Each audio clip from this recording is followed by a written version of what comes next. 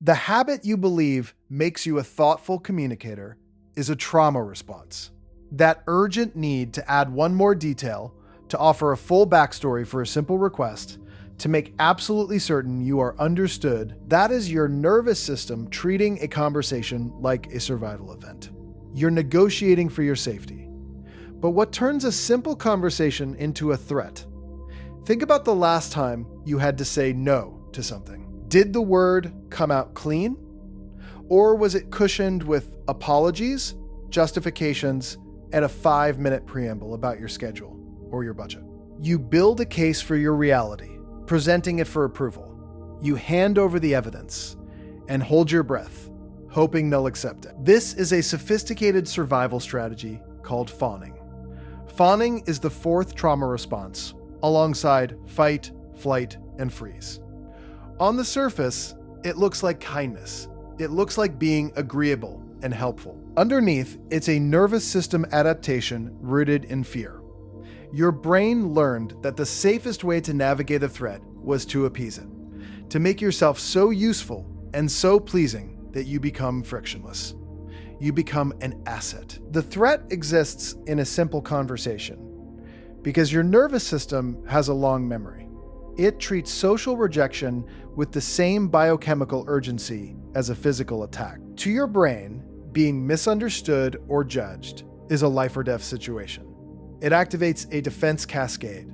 So you over-explain. You flood them with context to control their perception of you. You are submitting your reality to them, hoping they will validate it. It's a preemptive surrender. This is why it feels so exhausting. It is an act of constant, low-grade hypervigilance. This programming was likely written in childhood. Fawning develops in environments where a child's safety depends on pleasing an unpredictable caregiver. When the source of your comfort is also the source of your fear, you have no good options.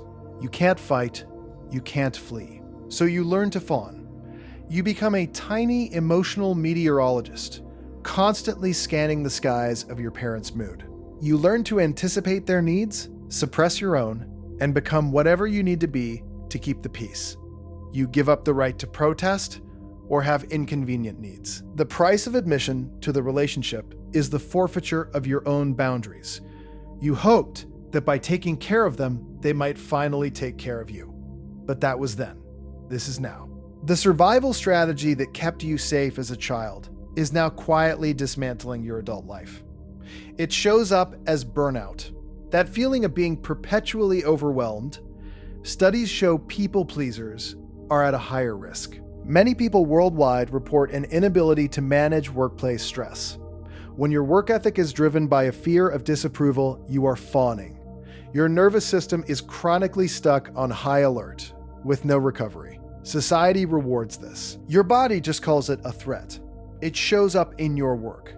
Deep work requires long, uninterrupted stretches of focus, but your fawning instinct tells you that being unavailable is dangerous. It can take over 20 minutes to get back on task after an interruption. Many knowledge workers get interrupted constantly. For you, every notification feels like a summons you can't ignore. Saying, "I'm unavailable until 3 p.m. feels like a declaration of war. So your day becomes a series of frantic context switches with no real progress. It even shows up in your finances. The discipline required for financial independence runs directly counter to the fawning impulse. You're the one who covers the group dinner because sorting it out feels like conflict. You lend money you can't spare because their crisis feels more important than your stability. Each decision erodes your future. A small tax paid to the ghost of a past threat. Knowing this is the first step. The pattern is held in your body, in the wiring of your central nervous system.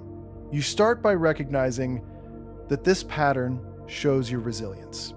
It was a solution to an impossible problem. Thank that part of you. It kept you alive. And now its job is done. You are in a different environment. One where your survival no longer depends on your ability to disappear. Healing is about retraining your nervous system.